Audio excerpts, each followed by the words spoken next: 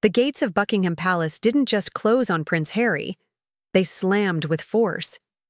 And behind them wasn't tradition or ceremony, but a clear message. You can't walk away, scorch the crown, and expect a warm welcome home. When Taki. Harry's plane touched down in the UK. The whispers began immediately. Not about reconciliation or royal peace talks, but about who came with him. Archie and Lilibet, the children, the wild cards. From the beginning, their place in royal history has been clouded with suspicion. Secretive hospital stays, missing. Details in public records, lingering questions about the pregnancies. For a monarchy that clings to bloodlines, lineage, and ironclad documentation, those gaps aren't small. They're seismic. And with every unanswered question, tension grows, not just around Harry, but around the future of the monarchy itself. That chapter of royal tension never really closed. It lingered like an open wound. Then Harry returned, demanding that his children be welcomed into Buckingham Palace, not for a friendly visit, but for full royal treatment. As if the titles hadn't been abandoned. As if Megxit never happened. Let's be real. This wasn't a casual, "Can we stop by for tea?" It was a deliberate, strategic move, and King Charles recognized it immediately. His response was firm and final. No entry, no reunion, no exceptions, not even for the grandchildren. That decision wasn't just a private rejection. It was a thunderbolt, a message fired directly from the heart of the monarchy. A signal to the world, and more importantly to Harry, that while blood ties matter, the crown matters more. But this drama wasn't just about palace visits or family disagreements. Something deeper was stirring beneath the surface. Legal experts quickly began raising questions. Why was Harry so determined to bring Archie and Lilibet into the palace? Now, at this exact moment? Why return Lilibet to the UK now? Some suggest it's part of a bigger custody chess game, an early move to anchor Britain as a legitimate base for his children, possibly even against Meghan's wishes. Think about it: if a custody battle were ever to unfold, and given the strain between Harry and Meghan, that possibility can't be dismissed. For Harry, showing that Archie and Lilibet have tangible ties to the UK, physical, emotional, and royal, could prove vital. And then there's Meghan's absence. She wasn't on the flight, not at the palace, not even in the background of the headlines. Her silence has been deafening. Is it strategy, protection, cold calculation? No one truly knows. But one thing is clear. She chose not to stand beside Harry while he took this gamble. Some argue she's staying silent to avoid fueling the fire. Others believe she's letting Harry shoulder the public blow, keeping herself untarnished for her next Hollywood play. A new project, a high-profile deal, or even another headline-making interview. Maybe even a second memoir. Whatever Meghan has planned, one thing is absolutely clear. She is not standing in the crossfire. Back to Harry. The man once celebrated as the people's prince has now been reduced to someone knocking on a door that will not open. This trip wasn't just a failed visit. It was a failed power play, and it exposed everything he has lost along the way: credibility, authority, and whatever influence he once held over the royal family. When King Charles said no, it wasn't a simple denial. It was a public statement. Buckingham Palace is not a revolving door, it is a fortress. And if the king closes that door, it stays shut. No exceptions. The irony couldn't be sharper. The very prince who once ripped down the walls of royal secrecy, with Oprah revelations and a best-selling memoir, is now desperately trying to climb back over them. And it isn't just about his children, it's about his relevance. Harry may have claimed freedom, but his actions reveal a longing for the order and structure he once cast aside. Harry still craves the status, the spotlight, and the prestige that only the crown can deliver. What's astonishing is that he seems genuinely surprised at the cold reception. as if years of criticizing the monarchy on international stages could be brushed aside with a casual photo op in the palace gardens.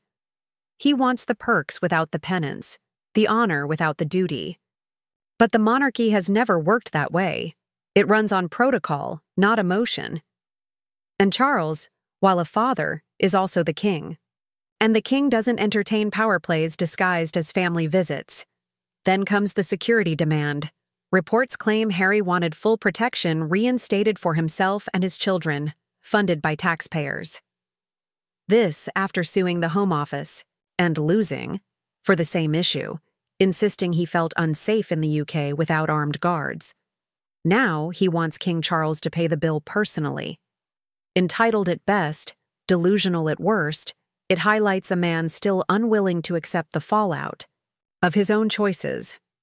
Harry is facing the harsh reality of his own decisions. This isn't 2018 anymore. The public no longer views Harry and Meghan as courageous outsiders standing up to the crown. That fairy tale has long collapsed. Netflix contracts are faltering, their media brand is losing ground, and the royal family has moved forward without looking back. William, Kate, Camilla. None blinked when Harry tried to return. Not a single word of support, not even a gesture. The message from the palace is unmistakable. The door isn't merely closed, it's firmly bolted shut. The timing couldn't be worse. Just as Harry attempted to spin a redemption arc through fatherhood and family values, the British press shredded the story. Headlines screamed, "Duke denied, Charles says no."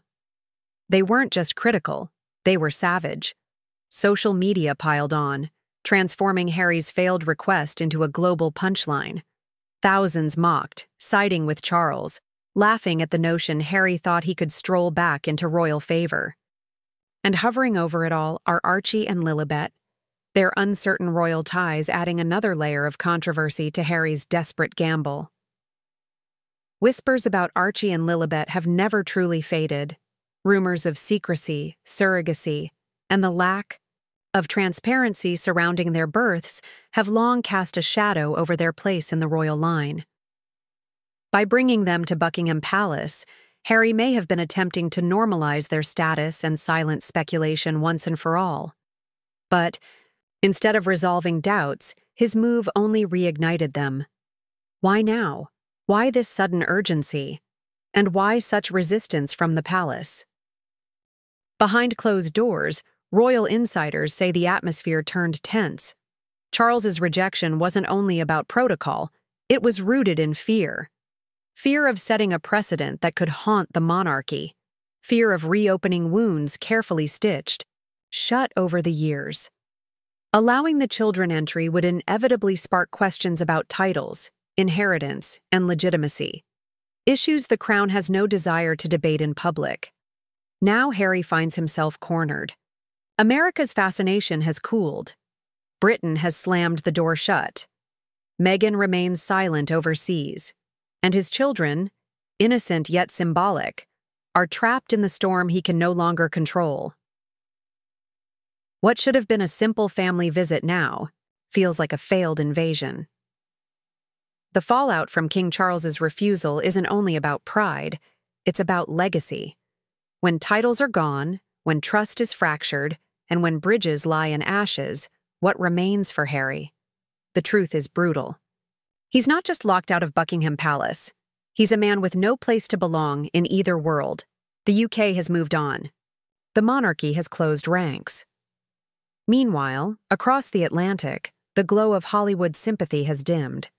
His memoir, once explosive, now feels like yesterday's news. The appetite for constant grievances has faded. Each interview sounds like déjà vu, the same stories, the same accusations, the same misunderstood prince narrative. But audiences aren't buying it anymore. The storyline has shifted. Harry is no longer the underdog, but the man stuck in reverse, claiming progress, while recycling the past. And then there's Meghan. Her silence, her absence, her strategy, or calculated retreat, overshadows everything, leaving questions Harry cannot answer alone. Meghan stayed silent. But it wasn't indifference. It was strategy. Her absence during Harry's return to the UK was no accident. It was calculated. No press photos, no awkward sound bites, no fresh ammo for critics. Yet insiders insist she's been monitoring every detail from afar, waiting to see how this humiliation plays out. Some believe she'll use it as fuel for her next big move, whether a Netflix special or another high-profile interview. The storyline almost writes itself. Meghan, the outsider once more rejected by a cold and unfeeling monarchy. But there's danger in repetition. The victim narrative is beginning to feel stale, and audiences are losing patience. Behind closed doors, whispers of marital strain grow louder. Harry is said to feel cut off, while Meghan feels increasingly cornered. If this failed visit was Harry's gamble without her full support, it could widen the rift between them. And with legal speculation swirling around custody maneuvers, the stakes aren't just royal anymore. They're personal and far more explosive. This situation is no longer just emotional. It's legal, financial, and international. Picture the headline, California versus the Crown. A custody battle that doubles as a narrative war, each side determined to control the story. Meghan, by all accounts, would fight with everything she has to keep Archie and Lilibet firmly in the U.S., far away from the palace walls and the relentless glare of royal scrutiny. But Harry's insistence on pulling them closer to the monarchy, even symbolically, risks opening the door to a drawn-out legal war that could drag both families, and perhaps even two nations, into years of bitter conflict. And what has the palace said in response? Nothing. Not a word from Camilla, no gesture from William or Kate, no leaks to the press, no quiet briefings, just absolute calculated silence. That silence itself is a message: unity, resolve, finality. The Crown has drawn its line, and Harry now stands firmly on the other side. The harsh reality is undeniable. Back in 2020, Harry didn't simply leave the monarchy. He scorched the bridge behind him. And now, he's realizing there's no way back. Harry longs for a second chance, but in the House of Windsor, second chances are rare, especially when the Crown feels betrayed. The monarchy survives by protecting itself above all else. The harsh truth hits hard. He's no longer the boy walking behind Diana's coffin, the soldier prince, or the cheeky royal rebel. Those identities are gone, buried beneath years of headlines, accusations, and decisions he cannot undo. Now he's a man caught between two worlds, with fading influence, a fractured family, and a legacy slipping away. The gates of Buckingham Palace aren't just closed, they're sealed. In the end, the Crown protects itself, and Harry, for all his titles and tears, is no longer inside that circle.